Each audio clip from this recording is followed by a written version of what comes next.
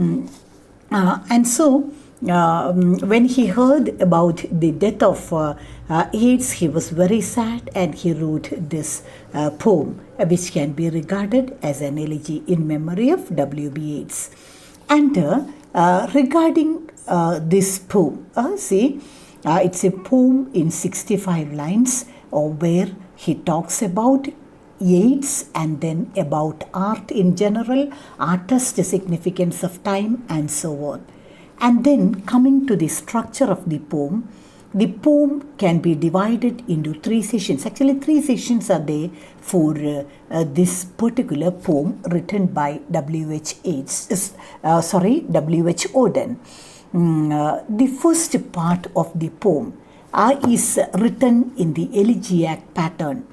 And the notable point is the usage of pathetic fallacy. Understood? And then what is pathetic fallacy? A pathetic fallacy is the attribution of human feelings and emotions to inanimate things or animals, especially in art and literature. It is a common trait in elegies. Understood? And see, I told you that the entire poem can be divided into 3 sessions. The first session is written in the typical elegiac pattern. The first part is notable for its pathetic fallacy. Pathetic fallacy, what is pathetic fallacy? It is the attribution of human feelings and responses to inanimate things or animals, especially in art and literature.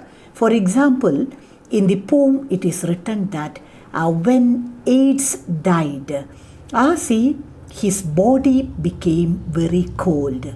A dead man's body will be very cold, isn't it? It is quite natural. Then AIDS, about the death of AIDS, about that day, Auden reports that it was very, very cold, like the dead poet. Even the nature became very cold. And then he says that the nature mourned the death of W.B. Yeats. The entire nature mourns the death of the great poet. That is the elegiac pattern. That it is presented that as even the whole nature is sad about the death of a great man.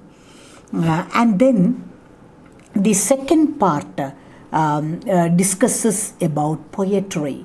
And here, see, I'm giving you only 1 or 2 sentences on these sessions because we are going to do the poem in a detailed way very soon. And so just understand, first part that is notable for its pathetic fallacy. Second part, in the second part, the poet writes about poetry in general. He says that poetry exists in a world of its own. The world will go on its normal course whether there is poetry or not. And so here in the second session, poet says that whatever is written in the poem, people will read and enjoy the poem, but they will continue in their usual style. Or poetry cannot change the course of life in a society. Poetry exists in a world of its own. The poet will be presenting many ideas through the poems, and the world is not at all affected by these ideas, and it will continue in the same pattern. And then again here, Auden says that W.B. Yeats was a great writer, a great poet, but as a person he had his own frailties.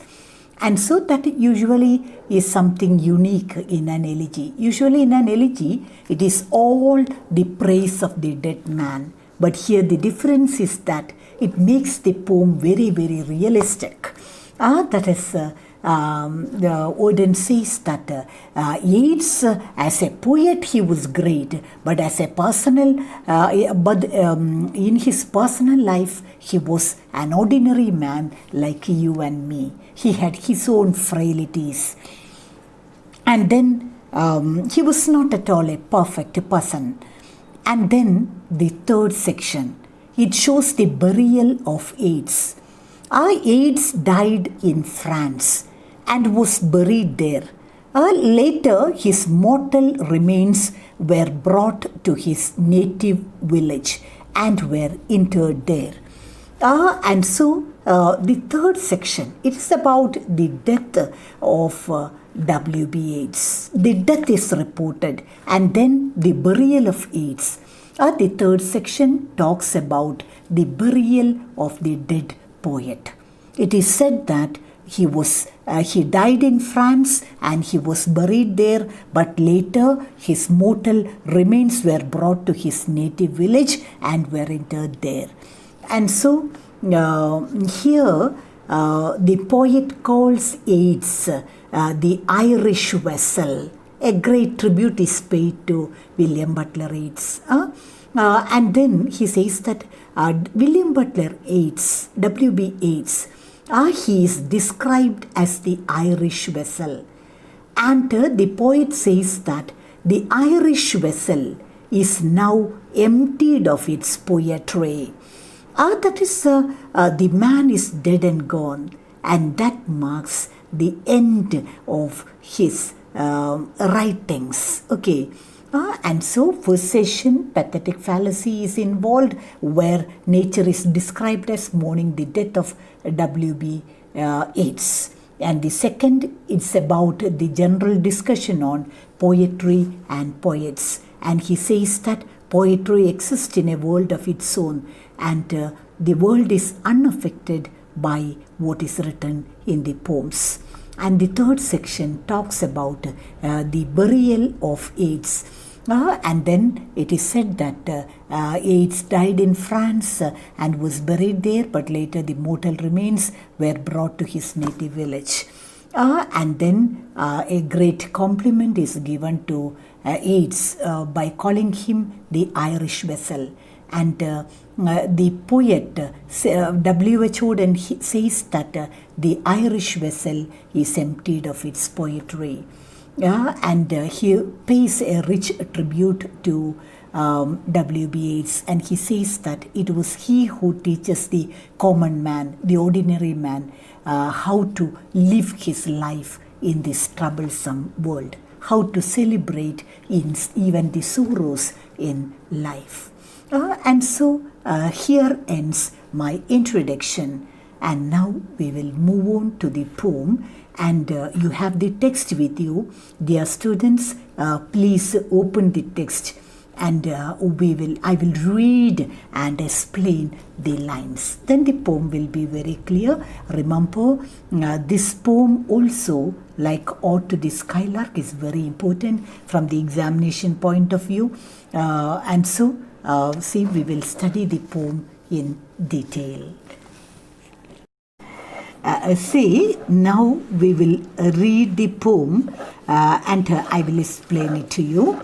Open the text. In memory of W.B. Yeats.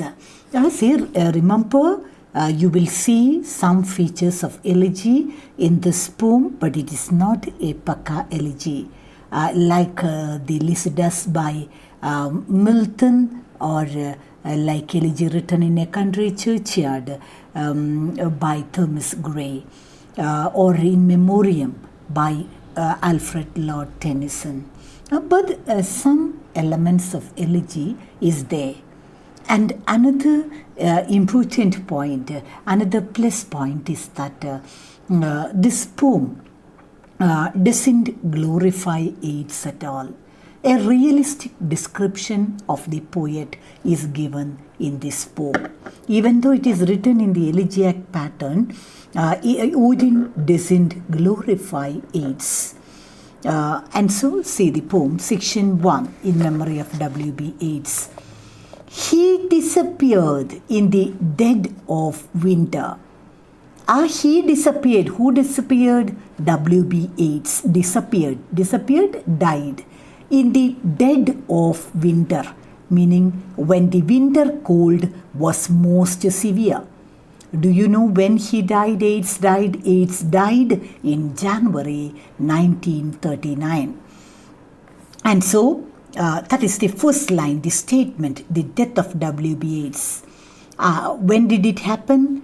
When the winter cold was most severe. Then the brooks were, and so during the acute winter season, Yeats died.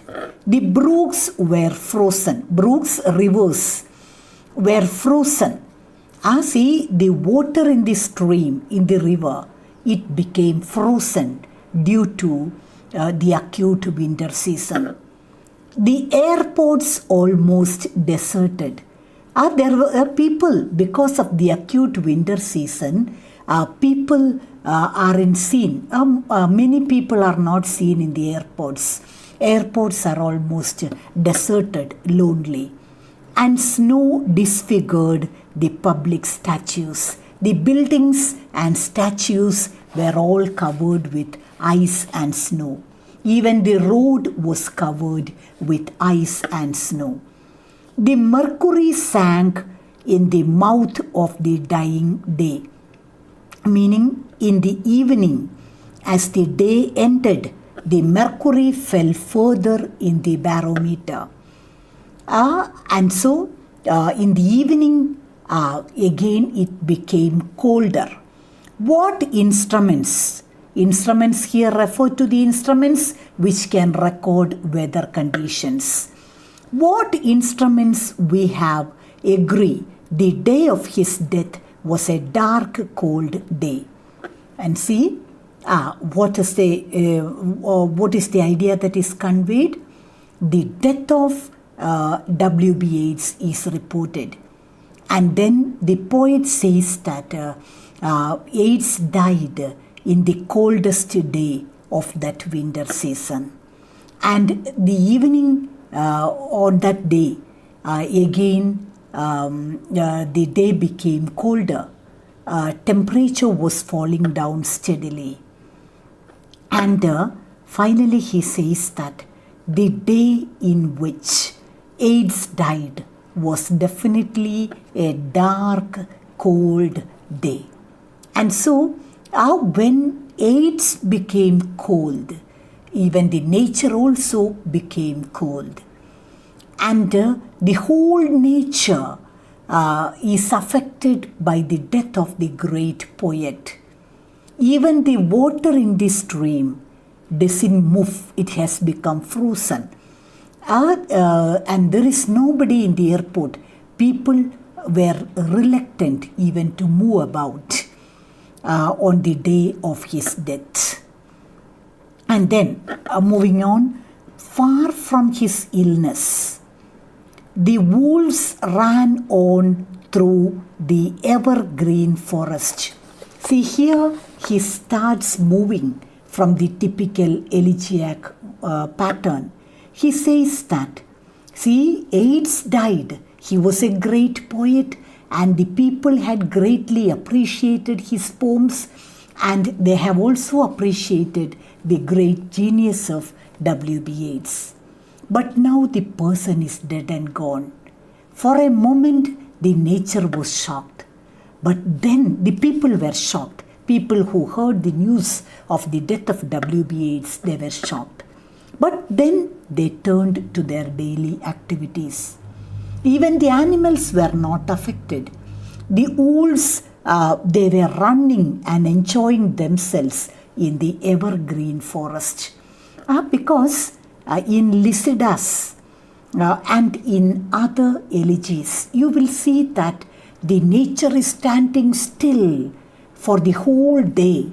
Even animals and birds, they are all engulfed by sorrow. They won't move.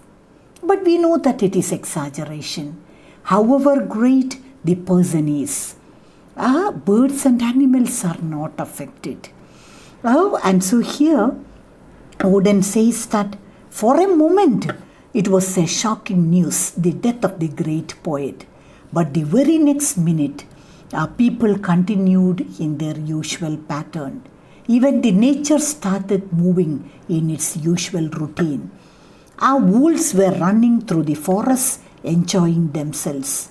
The Peasant River means the river flowing through the countryside, was untempted, meaning not attracted by the fashionable quays. Quay means harbour.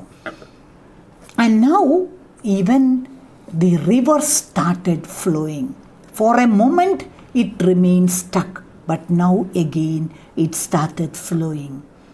By mourning tongues, the death of the poet was kept from his poems. That is, the poet died, but his poems, his art will live on. That is the point.